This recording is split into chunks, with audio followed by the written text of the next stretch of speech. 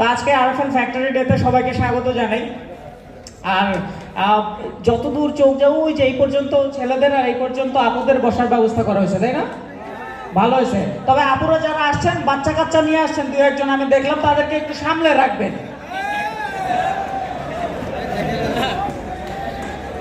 তাহলে বোধহয় দুই একজনই দেখতে পাইছি আমরা, তো একটু সাবধানে রাখবেন। কারণ হচ্ছে গেট দিয়ে ঢোকার সময় এক বাচ্চা দেখলাম কান্নাকাটি করতেছে ওর আব্বার হাত ধরে, আব্বা আমি আম্মুর কাছে যাবো, আব্বা আমারে আম্মার কাছে নিয়ে যাও। ওর আব্বা ওরে কোনোভাবেই বুঝাইতে পারতেছে না, দেখ বাবা এই মহিলাই তোর আম্মা, আজকে মেকআপ করছে তাই চিন্তা করছ না।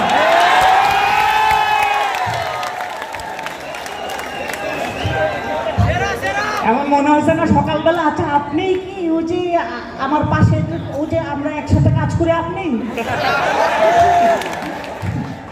বিশেষ বিশেষ দিনগুলোতে এরকম হয়, এই মহিলার চিনা চিনা লাগে, এটা কি ওইটা? না না না, ওইটা তো এত সুন্দর আসিল না।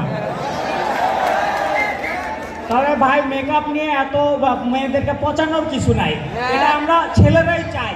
কারণ আমাদের ছেলেদের দুইটা সমস্যা, এক হচ্ছে বউয়ের মেকআপের খরচ সহ্য হয় না, আর দুই মেকআপ ছাড়া বউই সহ্য হয় না। বিবাহিত কারা কারা এখানে?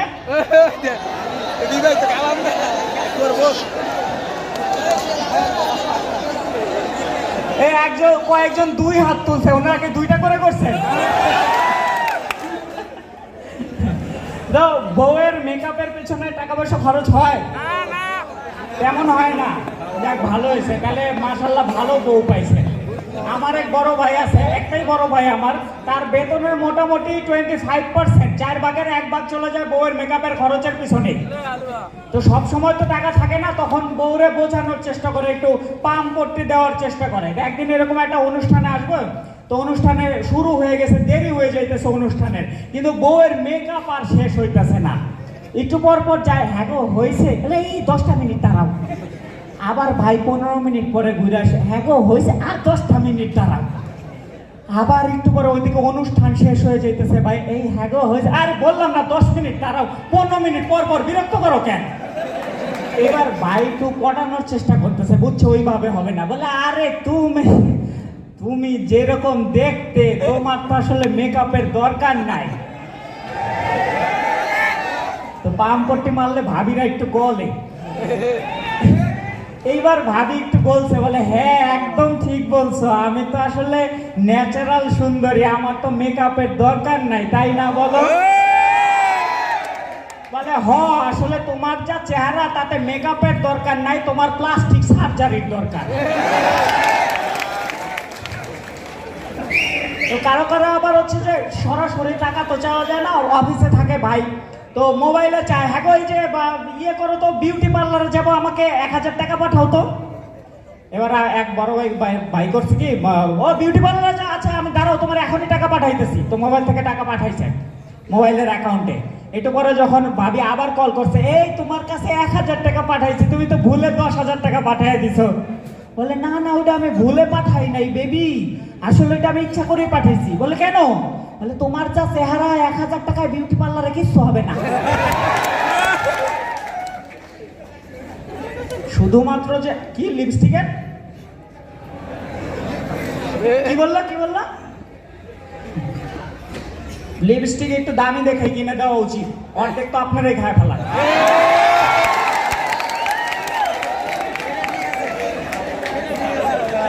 সামনে আবার ভ্যালেন্টাইন ডেও আসতেছে,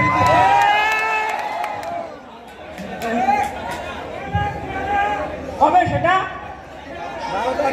বাবা, এটা সবাই জানে 14ই ফেব্রুয়ারি। বলেন তো বাবা দিবস কবে? এটা কেউ জানে না। এটা ভালোবাসার দিবস আছে, গার্লফ্রেন্ড নিয়ে ঘুরতে ঘুরতে যাবে, এটা সবাই জানে। আমি গতবার ভ্যালেন্টাইন ডেতে আমার গার্লফ্রেন্ডের সাথে ব্রেকআপ হয়ে গেছে। আরে এত কিছু দেওয়া যায় নাকি একদিনে? এত কিছু মানে টাকা পয়সা যা থাকে ওই একদিনে মোটামুটি অর্ধেক খরচ হয়ে যায়। তো ওই দিনে ব্রেকআপ হয়ে গেছিল, আর না দিতে পারলে দেখবেন একটু ব্রেকআপ হয়, যতক্ষণ দিতে পারবেন ততক্ষণ আসেন। তো আমি চিন্তা করছি কোনো সমস্যা নাই, একাই আমি ঘুরে বেড়াবো আজকে ভ্যালেন্টাইন ডে, একটা বছরের দিন তো আমি একাই ঘুরবো, একাই এনজয় করবো, একাই মজা করবো। ওটা বলবো সিঙ্গেল পোলাপান। তা আমি চিন্তা করছি কি একটা ডিজে পার্টি হয় যেসব হোটেল টোটেল রেস্টুরেন্টে, আমি ডিজে পার্টিতে যাবো। তো একটা হোটেলে গেছি সিএনজি নিয়ে, একটা হোটেলের সামনে গিয়ে নামছি, দেখলাম ঠিক আমি নামছি আমার সামনের সিএনজি থেকে আমার গার্লফ্রেন্ড আরেক পোলার হাত ধরে নামছে, ভিতরে চলে যেতেছে। তো নিজের চোখের সামনে এই দৃশ্যকে সহ্য করা যায়? নিজের গার্লফ্রেন্ড আরেকজনের হাত ধরে চলে যেতেছে। তা আমি চিন্তা করলাম ওর একটা উচিত শিক্ষা দিতে হইব। আমি ওই সামনের সিএনজি ওয়ালারে গিয়ে ধরছি, এই ভাই এই মাত্র যেই মহিলাটা আপনার সিএনজি থেকে নামে ভিতরে গেল, ও হইলো আমার গার্লফ্রেন্ড, করলে পাত্তা দিব, নাম করলে ওই মহিলা আমার বউ আরেক বেটার হাত ধরে ভিতরে ঢুকে গেছে। আপনি এক কাজ করবেন, আপনার ভাড়া কত? স্যার 500 টাকা। আমি বলছি আমি আপনার 1000 টাকা দিব, আপনি এই মুহূর্তে ভিতরে যাবেন, ভিতরে যে ওই মহিলা চুল ধরে টানে নিয়ে আসবেন। 1000 টাকার কথা শুনে রক্ত গরম হয়ে গেছে। স্যার আপনি এখন দাঁড়ান, আমি ভিতরে যাইতাছি, ওই মহিলা চুল ধরে টানে নিয়ে আসবো, আপনি টাকা রেডি করেন। আমি দাঁড়াইছি, ও ভিতরে গেছে, আমি দাঁড়াই আছি। একটু পরে দেখে এক মহিলা সত্যি চুল ধরে টানতে টানতে নিয়ে আসতেছে, কিন্তু যেই মহিলারা আনতেছে ওইটা আমার বউ না, কারে জানি ধরে নিয়েছে। তা সামনে আসার পর আমি বললাম, আয় হায় ভাই এটা কি করছেন? এই মহিলা তো আমার বউ না, কারে আনছেন? আরে স্যার আপনার বউ খুঁজতে গিয়ে আমার বউ পায়ে গেছে।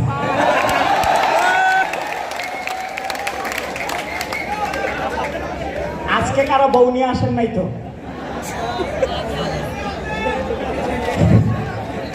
ভাবিরা কেউ হাজবেন্ড নিয়ে আসছেন?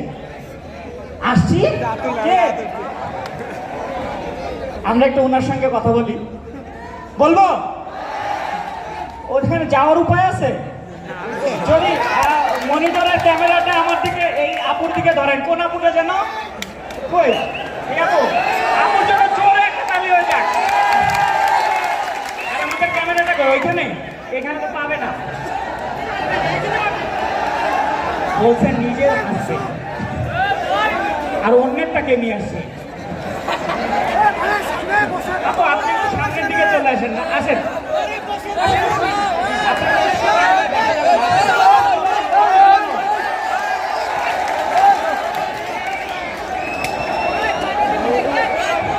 আরো জোরে জোরে। আপু আপনার নাম? ওনার কথা কি শোনা যায়? যায় না তো? আরেকবার বল, কি নাম? সোফিয়া আক্তার। আচ্ছা এইবার শোনা যায়, এবার বোঝা যায়। বাসায় ঝগড়া, আচ্ছা বাসায় ঝামেলা হয়, জামাইয়ের সাথে ঝগড়া হয়? কখনোই না।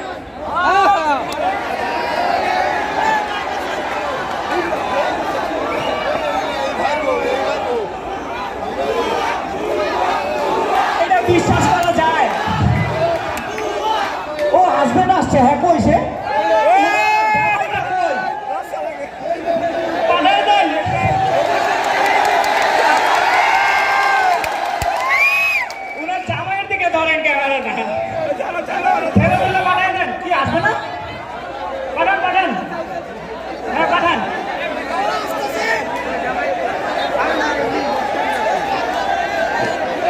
যারা আছেন একটু হেল্প করেন, ওই না আসতেছে, একটু দ্রুত ভাইয়া।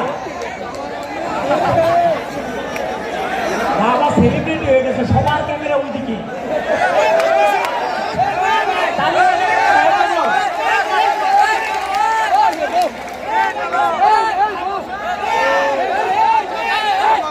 এইবার আমরা জামাই বউ দুজনকে একসঙ্গে পাইছি। চলে আসেন ভাইয়া। এই যে ভাইয়া, এইটাই আপনার বউ তো? জি। ওর কিনা জিজ্ঞেস করুন। অবশ্যই। আচ্ছা এই আচ্ছা এই উনি যে বললো বাসায় ঝগড়াঝাটি হয় না, আসলে এটা সত্যি না মিথ্যা? সত্যি কথা, হয় না তো।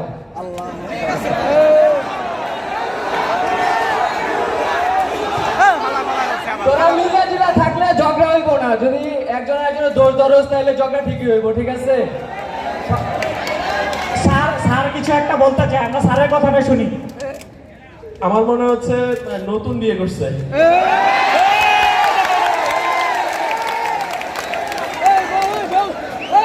বিচক্ষণ মানুষের বুদ্ধিদীপ্ত কথাবার্তা।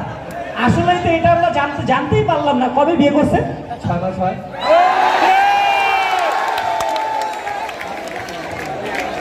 মাত্র 6 মাসের বিয়ে, ঝগড়াঝাটির সময় পর্যন্ত যাইতে পারে নাই এখন। সকালবেলা নাস্তাটা কে বানায়? হ্যাঁ, দুইজনেই তো অফিসে আসে, সকালে নাস্তাটা কে বানায়? দুজনে মিলেই বানাই।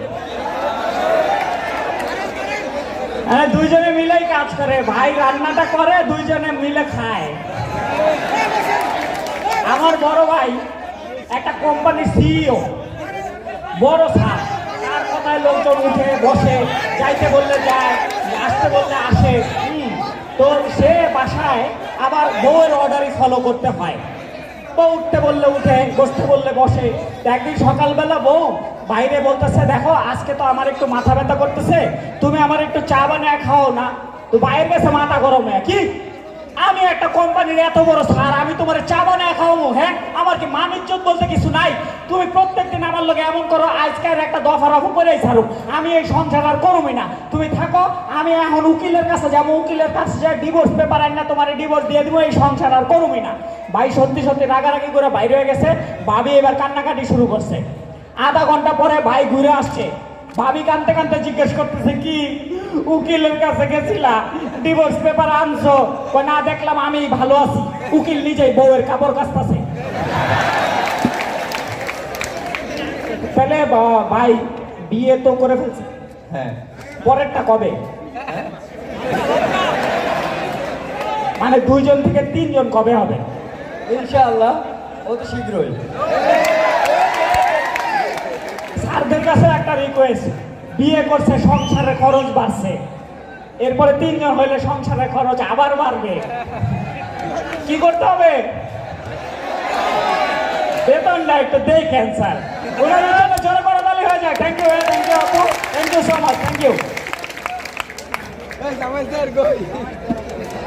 আমি আছি, আমি এখনো যাই নাই, আমি উপরে চলে যাই, আমার জায়গায় চলে যাই। তাহলে একটা চিৎকার হয়ে যাক। তো খাওয়া দাওয়া হয়েছে তো না? আরে খাওয়া দাওয়া কেমন হয়েছে? আসলে জম্পেশ খাওয়া দাওয়া হয়েছে। রান্নাটা যেরকম মজা হয়েছে, খাবারও প্রচুর ছিল, মানে একজনেরটা 3 জন খাওয়া যায় তো এরকম। তবে মাংসটা একটু শক্ত হয়েছে না? নরম হয়েছে? আরে আমার কাছে মনে হলো আমার প্লেটে মনে হয় একটু শক্ত করছে। আমার তো যে ওইখানে ডাইনিং এর রুমে নিয়ে গেছে খাওয়ানোর জন্য, তা আমি দেখলাম মাংস একটু শক্ত। আশেপাশে ভাইয়েরা আছে, মিউজিশিয়ানরা আছে, সিঙ্গার আছে, এক আপা আছে। তো এরকম সবার সামনে কি মাংস টাইনা টাইনা ছিঁড়ে যায় নাকি? মানুষের সাদার মধ্যে গিয়ে পড়লো, এটা কেন মানিজ্যতের ব্যাপার না একটা? তা আমি চিন্তা করলাম এত টানাটানি না করে যে রান্না করছে তারে ডাক দিই, তার সঙ্গে একটু কথা বলি। তো খোঁজ লাগাইতে বলছি, ওই বাবুর্চিরে ডেকে নিয়ে আসছে। ওই যে সজল ভাই ডাকছে, আসেন। দৌড়াইতে দৌড়াইতে আসছে, বলে কি স্যার কি হয়েছে, ভালো আছেন? স্যার ভালো আছি। রান্না কে করছে? আপনি করছেন? বলে জি স্যার, এনে সব রান্না বান্না আমিই করি। মজা হয়েছে না স্যার? বলছি কি রান্না করছেন? মাংস এমন শক্ত হয়েছে, আমি তো টাইটটা ছিঁড়তে পারতাছি না। ওই কি কোন স্যার, এরকম তো হওয়ার কথা না, মাংস অবশ্যই নরম হয়েছে। আচ্ছা আপনার বিশ্বাস না হইলে আমার প্লেটের থেকে 1 টুকরা নিয়ে দেখেন। তাই সত্যি সত্যি আমার প্লেটের থেকে 1 টুকরা নিল, কামড় দিল, ওইটা আবার লগে লগে ছিঁড়াও গেল। কই কি কোন স্যার, মাংস শক্ত হয়েছে? এই দেখেন মাংস কত নরম হয়েছে, আমি তো কামড় দেওয়ার লগে লগে ছিঁড়া গেল। আচ্ছা ওইটা তো নরম হইবই, আপনি যেই টুকরাটা নিছেন ওইটা আমি 10 মিনিট ধরে চাবায় রাখছি।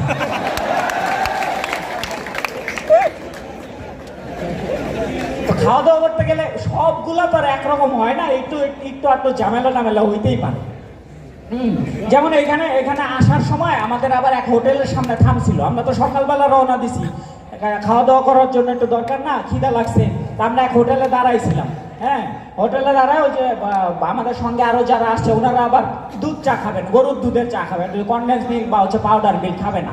তো একটা টং দোকানের সামনে দাঁড়াইছিল, তো দাঁড়াইছে, সবাইকে চা দিতে বলছে। আমার কাপের মধ্যে দেখলাম ওই পিচ্চি পোলাটা এরকম আঙ্গুল চুবাই লুয়েছে।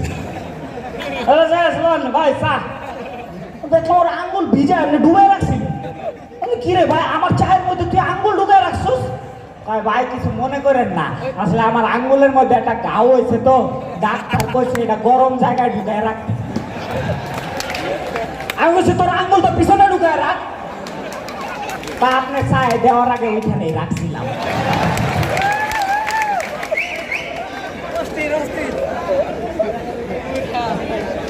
ভালো লাগছে? ওই চা খাইলে যে কাউরে মজা লাগবো। ওই যে মেয়েদের দেখবেন সবচেয়ে বেশি পছন্দ ফুচকা, তাই না? ফুচকার টক আবার অনেক পছন্দ।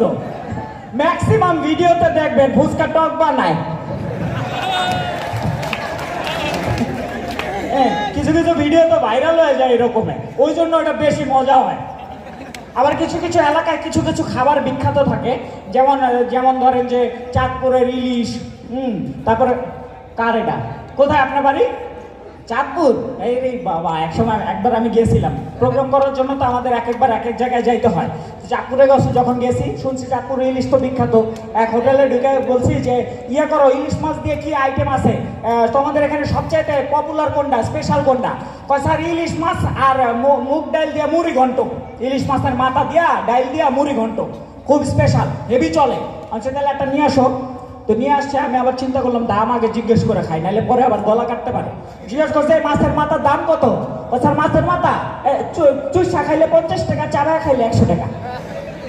কি আমার মাথা আমি যেমনি ইচ্ছা হেমনে খাবো, চুইসা খাইলে 50 টাকা, চাবা খাইলে 100 টাকা, ঘটনা কি এমন কে দাম? কয় স্যার চাবা খাইলে তো মাথা খাইয়াই লাইলেন, চুইসা খাইলে এই মাথা দিয়া কালকে আবার ডাইল রান্ধু।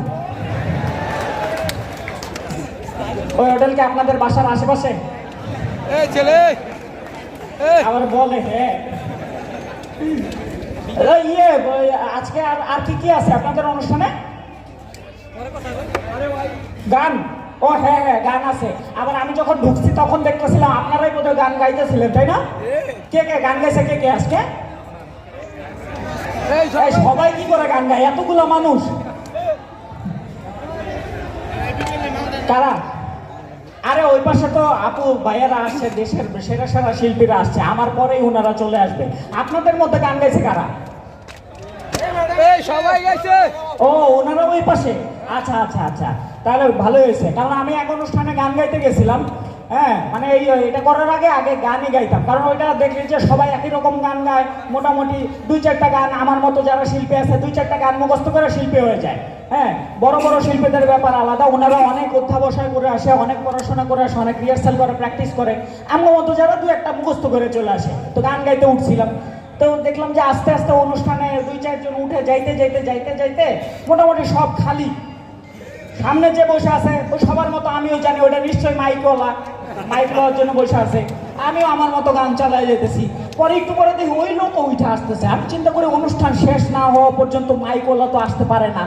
তো উনি যখন আসতেছে আমি গান গাইতেছি, উনি একবার এই দিকে যায় কি যেন দেখে, আবার ওই দিকে যায়, আনাচে কানাচে কি জানি খুঁজে। তা আমি গান থামায় জিজ্ঞেস করলাম ভাই কি হয়েছে, কিছু বলবেন? না না আপনি গান চালায় যান, আপনি চালায় যান, আমি খুঁজতেছি আপনি রেনে আনছে কেডা। ওই ধরনের শিল্পী থাকলে একটু পর্দার আড়ালে থাকবেন, জনসম্মুখে আসার চেষ্টা করবেন না। হ্যাঁ, তবে আজকে যারা আসছে ভিআইপি সিঙ্গার কিন্তু আমার মতো না। আমি একবার জীবনে প্রথম যখন গান গাইতে যাই অনুষ্ঠানে, জীবনে প্রথম অনুষ্ঠান, আমি চিন্তা করছি যে তাহলে এক কাজ করে আমার ওস্তাদরে লগে করে নিয়ে যাই, সাহস দিব, আমারে একটু সাহসের তো দরকার আছে, প্রথম অনুষ্ঠান। তো আমি ওস্তাদের সাথে করে নিয়ে আসছি, ব্যাক স্টেজে ওস্তাদকে বলতেছি দেখেন ওস্তাদ এটা আমার জীবনের প্রথম অনুষ্ঠান, আপনি আমার সাহস দিয়ে দেন। বলতেছে সজল দেখ এটা তোর জীবনের প্রথম অনুষ্ঠান, তুই এমন ভাবে গান গাইবি যাতে অনুষ্ঠানে স্টেজের সামনে দর্শকরে বাইন্দা রাখা যায়। আমি এমন ভাবে গান গাইছিলাম অনুষ্ঠানের পরে দর্শকই আমারে বাইন্দা রাখছিল।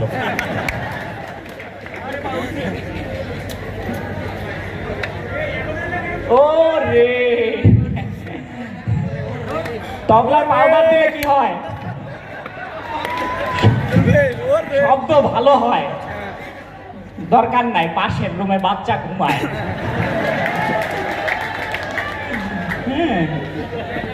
বাচ্চা কাচ্চা বড় ডেঞ্জারাস জিনিস।